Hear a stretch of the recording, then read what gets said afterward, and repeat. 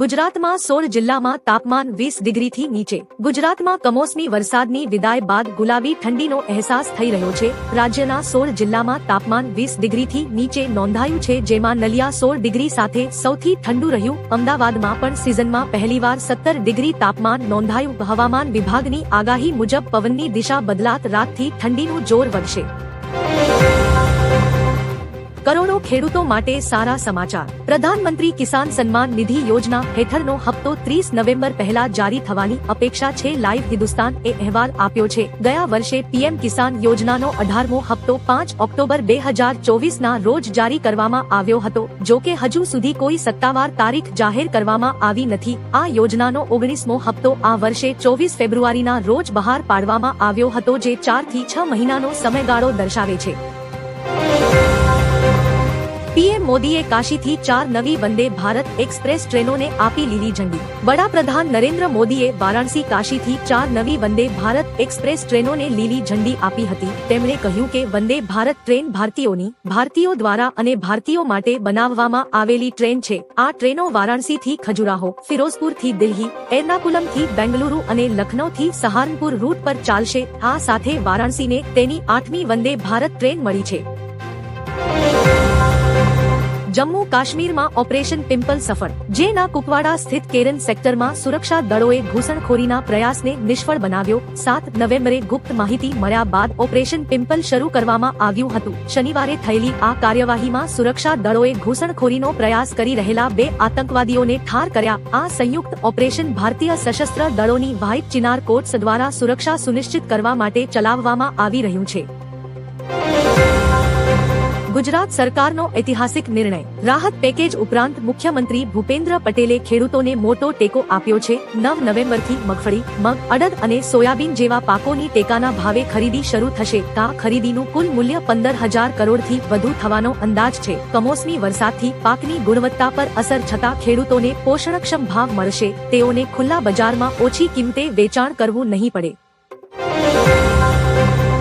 સરકારી નોકરીની લાલચ આપી 2.25 કરોડની ઠગાઈ. રાજકોટમાં સરકારી નોકરી અપાવવાના બહાને કરોડોની છેતરપિંડીનો મોટો કેસ સામે આવ્યો છે. શહેરના મુખ્ય આરોપી હરી ગમારા અને તેના સાથી વિવેક દવેએ પીએસઆઈ અને ડીએસપી જેવી ઉચ્ચ પદો માટે યુવાનોને લાલચ આપી છેલ્લા 4 વર્ષમાં 2.25 કરોડ પડાવ્યા છે. ક્રાઇમ બ્રાન્ચમાં નોંધાયેલી ફરિયાદમાં આરોપીઓએ ખોટા વાયદા કરી અનેક યુવાનોને ઠગ્યા હોવાનું જણાવાયું છે અને તપાસ ચાલુ છે. કોઈ મુસ્લિમ વંદે માતરમ બોલી શકે નહીં. વંદે માતરમના 150 વર્ષની ઉજવણી વચ્ચે મહારાષ્ટ્રના સપાના એમએલએ અબુ આઝમીએ નવો વિવાદ સર્જ્યો. બીજેપીના મુંબઈ અધ્યક્ષ અમિત સાટમે વંદે માતરમ ગાયન કાર્યક્રમ માટે આમંત્રણ આપતા આઝમીએ તીખો જવાબ આપ્યો. તેમણે કહ્યું કે ઇસ્લામમાં અલ્લાહ સિવાય કોઈની વંદના કરી શકાતી નથી, તેથી મુસ્લિમ વંદે માતરમ બોલી શકે નહીં. આઝમીએ દાવો કર્યો કે વંદે માતરમમાં કેટલાક શબ્દો પૂજા અર્ચના સાથે જોડાયેલા છે, જે ઇસ્લામની વિરુદ્ધ છે. જીઓ, એરટેલ અને વીઆઈના ફરી ભાવ વધશે. ડિસેમ્બરની શરૂઆતમાં ભારતીય મોબાઈલ યુઝર્સ માટે રિચાર્જ મોંઘા થઈ શકે છે. જીઓ, એરટેલ અને વીઆઈ પહેલી ડિસેમ્બર 2025થી પ્રીપેડ પ્લાનની કિંમતમાં 10%થી 12%નો વધારો કરવાની તૈયારીમાં છે. કંપનીઓ એજીઆરની બાકી ચૂકવણી અને 5G નેટવર્કમાં રોકાણ જેવા આર્થિક કારણોસર આ નિર્ણય લઈ રહી છે. ઉદાહરણ તરીકે 199 ના બેઝિક પ્રીપેડ પ્લાનની કિંમત વધીને 219 અને 899 ના પ્લાનની કિંમત 999 રૂપિયા આસપાસ પહોંચી શકે છે. અમદાવાદ પ્લેન ક્રેશ મુદ્દે સુપ્રીમ કોર્ટની સૌથી મોટી ટિપ્પણી. અમદાવાદમાં એર ઇન્ડિયાનું વિમાન ક્રેશ થવાના કેસમાં પાયલટના પિતાએ સ્વતંત્ર તપાસની માંગણી સાથે સુપ્રીમ કોર્ટમાં અરજી કરી છે. સુનાવણી દરમિયાન સુપ્રીમ કોર્ટે કેન્દ્ર સરકાર પાસે જવાબ માંગ્યો અને પાયલટના પિતાને કહ્યું કે આ મામલામાં પાયલટને દોષ ના આપવો જોઈએ. ભારતમાં કોઈને નથી લાગતું કે આ પાયલટનો કોઈ દોષ હતો. કોર્ટે ભારપૂર્વક જણાવ્યું કે પાયલટે આ દોષનો બોજ માથે રાખવાની જરૂર નથી. ખેડૂતોના ફળિયામાં હેલિકોપ્ટર આવી જશે. સરકાર દ્વારા ખેડૂતો માટે જાહેર કરાયેલા રાહત પેકેજ પર આપના એમએલએ ગોપાલ ઇટાલિયાએ કટાક્ષ કર્યો છે. તેમણે આ પેકેજને ખેડૂતોની મજાક ગણાવ્યું અને કહ્યું કે આ પેકેજથી ખેડૂતોને ખર્ચો પણ ના નીકળે. ઇટાલિયાએ માંગ કરી કે માત્ર 2 હેક્ટર સુધી નહીં પરંતુ તમામ ખેડૂતોને સંપૂર્ણ નુકસાનનું વળતર આપવું જોઈએ. સાથે તેમણે ખેડૂતોના દેવા સંપૂર્ણ માફ કરવાની અપીલ કરી છે, જેથી વાસ્તવિક રાહત મળી શકે. પંચાયતોમાં ભ્રષ્ટાચાર રોકવા સરકારનો મોટો નિર્ણય. ગુજરાત સરકારે પંચાયતી રાજને ભ્રષ્ટાચાર મુક્ત બનાવવા માટે કડક નિર્ણય લીધો છે. નવા રાજપત્ર મુજબ ગ્રામ, તાલુકા કે જિલ્લા પંચાયતના પ્રમુખ સહિત કોઈપણ ચૂંટાયેલા હોદ્દેદાર સામે ભ્રષ્ટાચારનો આરોપ સિદ્ધ થશે તો જિલ્લા વિકાસ અધિકારી ડીડીઓ તેમને તાત્કાલિક અસરથી પદ પરથી હટાવી ઘરભેગા કરી શકશે. હવે સાદી અરજી કે મૌખિક બાતમીના આધારે પણ ભ્રષ્ટાચારની તપાસ શરૂ કરી શકાશે.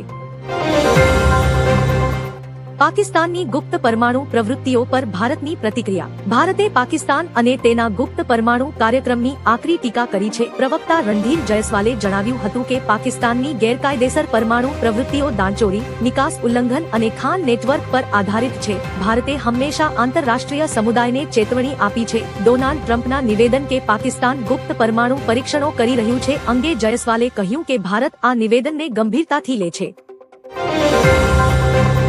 ટાટાની સૌથી સસ્તી બાઇક સાચું કે ખોટું? ઇન્સ્ટાગ્રામ અને અન્ય સોશિયલ મીડિયા પ્લેટફોર્મ્સ પર એક સમાચાર ઝડપથી વાયરલ થઈ રહ્યા છે જેમાં દાવો કરવામાં આવ્યો છે કે ટાટા મોટર્સ 59,000ની કિંમતવાળી અને 90 કિલોમીટર પ્રતિ લિટર માઇલેજ આપતી સૌથી સસ્તી બાઇક લોન્ચ કરવા જઈ રહી છે. જો કે આ વાયરલ દાવો સંપૂર્ણપણે ખોટો છે. કંપની તરફથી આ વિષય પર કોઈ સત્તાવાર પુષ્ટિ કે કોઈ ક્રેડિબલ ટેકનિકલ પ્રોજેક્ટની માહિતી ઉપલબ્ધ નથી. 128 વર્ષ બાદ ઓલિમ્પિકમાં ક્રિકેટની વાપસી. ક્રિકેટ પ્રેમીઓ માટે આ એક મોટી ખુશખબર છે. આંતરરાષ્ટ્રીય ઓલિમ્પિક સમિતિના અધ્યક્ષ ક્રિસ્ટી કોવેન્ટ્રીએ ઓલિમ્પિકમાં ક્રિકેટની પુનરાગમનનો ઔપચારિક રીતે જાહેરાત કરી છે. ક્રિકેટ હવે લોસ એન્જલસ ઓલિમ્પિક 2028માં સામેલ કરવામાં આવશે. તેમણે વિશ્વાસ વ્યક્ત કર્યો કે ક્રિકેટની આ વાપસીથી ભારત અને ઓલિમ્પિક એસોસિએશન વચ્ચેના સંબંધો વધુ મજબૂત બનશે. ભારતને 113 તેજસ એન્જિન આપશે અમેરિકા. હિન્દુસ્તાન એરોનોટિક્સ લિમિટેડ અને અમેરિકાની જનરલ ઇલેક્ટ્રિક વચ્ચે 8,870 કરોડનો મોટો કરાર થયો છે. આ સોદા હેઠળ અમેરિકા ભારતને 113 જેટ એન્જિન અને સપોર્ટ પેકેજો પૂરા પાડશે. આ એન્જિન 97 LCA તેજસ માર્ક 1 એ હળવા લડાયક વિમાનોમાં સ્થાપિત કરાશે જેની ડિલિવરી 2027 અને 2032ની વચ્ચે થશે. તેજસ માર્ક 1 એ MiG-21 કાફલાનું સ્થાન લેશે. પાકિસ્તાને યુએનમાં પાણી પીવા માટે ભીખ માંગી. ભારતે પુલવામા આતંકવાદી હુમલા પછી સિંધુ જળ સંધિ સ્થગિત કરતા પાકિસ્તાન સંયુક્ત રાષ્ટ્ર યુએનમાં પહોંચ્યું છે. પાકિસ્તાને ભારતને સંધિ પુનઃ સ્થાપિત કરવાની અપીલ કરી છે. પાકિસ્તાનના પ્રતિનિધિ અસીમ ઇફ્તિખાર અહેમદે સુરક્ષા પરિષદમાં જણાવ્યું કે ભારતનું આ પગલું પાણીના સંસાધનોનું શસ્ત્રીકરણ છે જે લાખો લોકોના જીવન અને પર્યાવરણને જોખમમાં મૂકે છે. રાહુલ ગાંધીના હાઇડ્રોજન બોમ્બ અંગે મોટો ખુલાસો. રાહુલ ગાંધીએ હરિયાણા ચૂંટણીમાં વોટ ચોરીના ગંભીર આક્ષેપો કર્યા છે. તેમણે જણાવ્યું કે 22 મતદાર કાર્ડ પર બ્રાઝિલિયન મહિલાનો ફોટો છે અને 25 લાખ વોટ નકલી હોવાનો દાવો કર્યો. આ મુદ્દે 75 વર્ષીય ચરણજીત કૌરનું ફોટો અનેક કાર્ડમાં જોવા મળ્યું હતું. કૌરે જણાવ્યું કે આ ભૂલ અગાઉ પણ નોંધાઈ હતી પણ કાર્યવાહી થઈ નહોતી. બીજી તરફ કેન્દ્ર પ્રધાન કિરેન રિજિજુએ આ આક્ષેપોને રાજકીય દાવ ગણાવી નકારી કાઢ્યા.